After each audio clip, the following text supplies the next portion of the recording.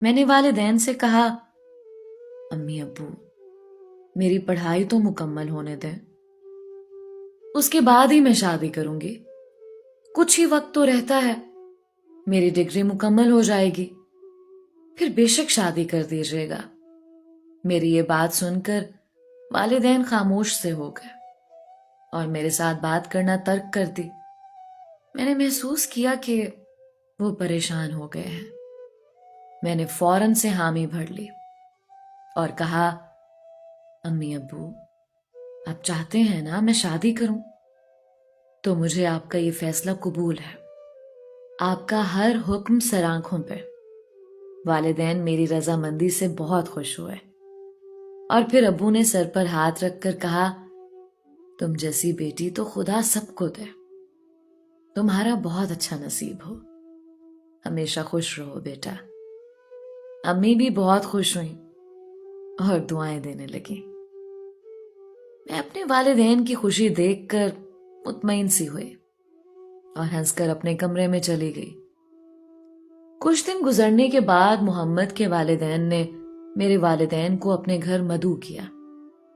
میرے والدین کی محمد سے ملاقات ہوئی۔ محمد ایک شریف سا لڑکا تھا، شکل و صورت مناسب سی تھی، لیکن بہت ہی سمجھدار اور ہنرمند تھا۔ میرے والدین کو محمد بہت اچھا لگا۔ وہ بولے، آپ نے اپنے بیٹے کی تربیت بہت اچھی کی ہے۔ محمد کے والدین خوش ہوئے اور بولے، مطلب اب ہم پوری طرح سے ہاں سمجھیں؟ جی کیوں نہیں، ہماری طرف سے ہاں ہی ہے۔ اس طرح میرا رشتہ طے ہو گیا۔ والدین واپس گھر آئے اور والدہ نے مجھے سب کچھ تفصیل سے بتایا۔ وہ مجھے سمجھانے لگیں کہ بیٹا لڑکا بہت اچھا ہے، پڑھا لکھا ہے، شکل و صورت کا خاص نہیں ہے، لیکن شریف ہے، سادہ مزاج لگا۔ ہم کافی مطمئن ہوئے ہیں مل کر، باقی نصیب تو اس ذات نے بنانا ہے نا۔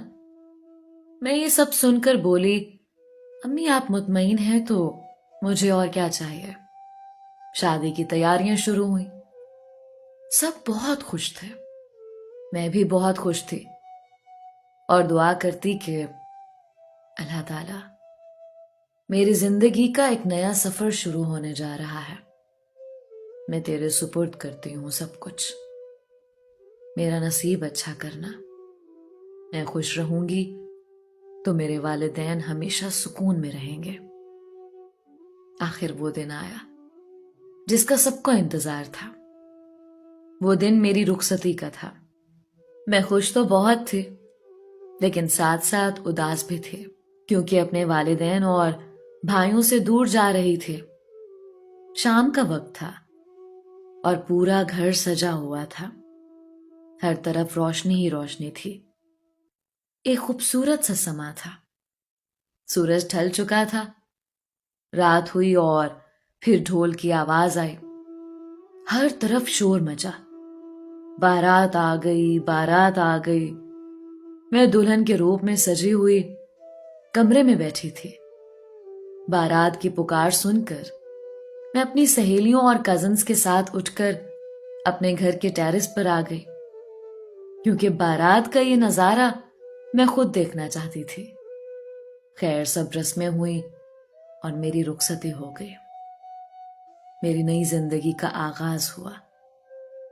اپنے کمرے میں بیٹھی محمد کا انتظار کر رہی تھی اور اچانک ہی کمرے کا دروازہ کھلا۔